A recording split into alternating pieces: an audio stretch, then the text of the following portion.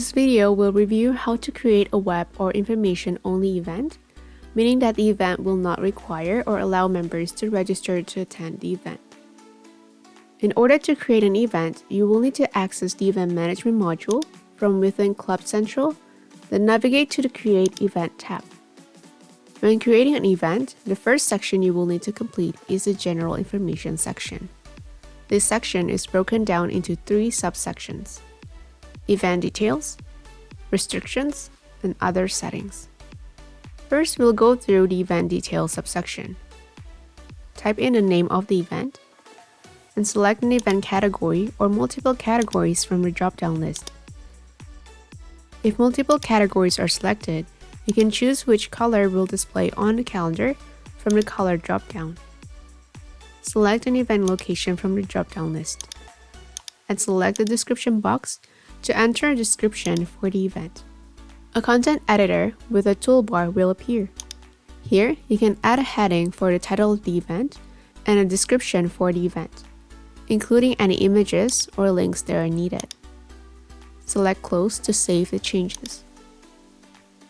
Select the date in which the event will take place. You will also need to choose the type of time settings for the event from the following choices. Regular, the event will have a start and end times. If you are creating a regular event and would like to have multiple times in which people may attend, select the Add New Sitting Time button to add multiple start and end times. All day, the event has no start or end time and will display all day in the event calendar. No time, the event has no start or end time and will only display the event name in the event calendar. No end time, the event has a specific start time but does not have an end time.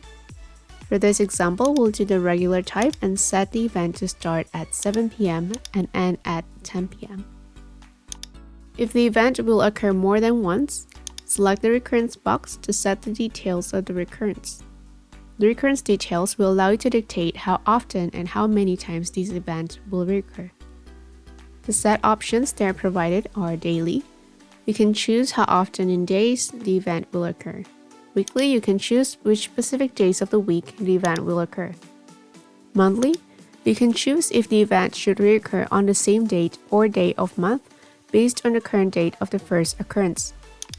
Yearly, you can choose if the event should reoccur on the same date or day of the year based on the current date of the first occurrence. Below all options, you can choose when the occurrence will end. Now we'll move on to the options on the right-hand side. The restrictions section will dictate who is allowed to attend the event. Even though we're creating a web or information-only event, we can still use these settings to show any restrictions on the event. No attendees under a certain age, use this option to set a minimum age requirement to the event. No attendees over a certain age, use this option to set a maximum age limit for the event.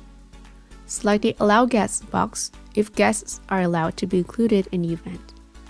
And gender restrictions, use this option to set the event to gender specific if desired.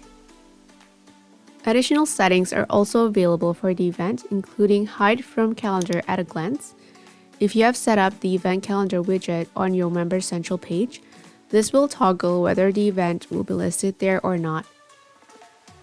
Allow public users to view this event. If you have a public calendar set up and enabled for your website, this feature will determine if this event will be displayed on that calendar as well. The other thing that we need to look at is the Registration and Pricing tab. Since there will be no registration for this event, we can leave this option to No or Pricing Only to show the pricing on the event. Select how you'd like to assign the price, by age applied or member categories. If guests are allowed, select the Allow Guests box, and you can then set up the pricing for them as well. Once you're done with all the setup, select Save to save all the changes. You can preview the event using the Preview button. Once satisfied with the event, select Save and Publish to publish the event to the online calendar. Thanks for watching, stay tuned for more how-to videos, and don't forget to subscribe.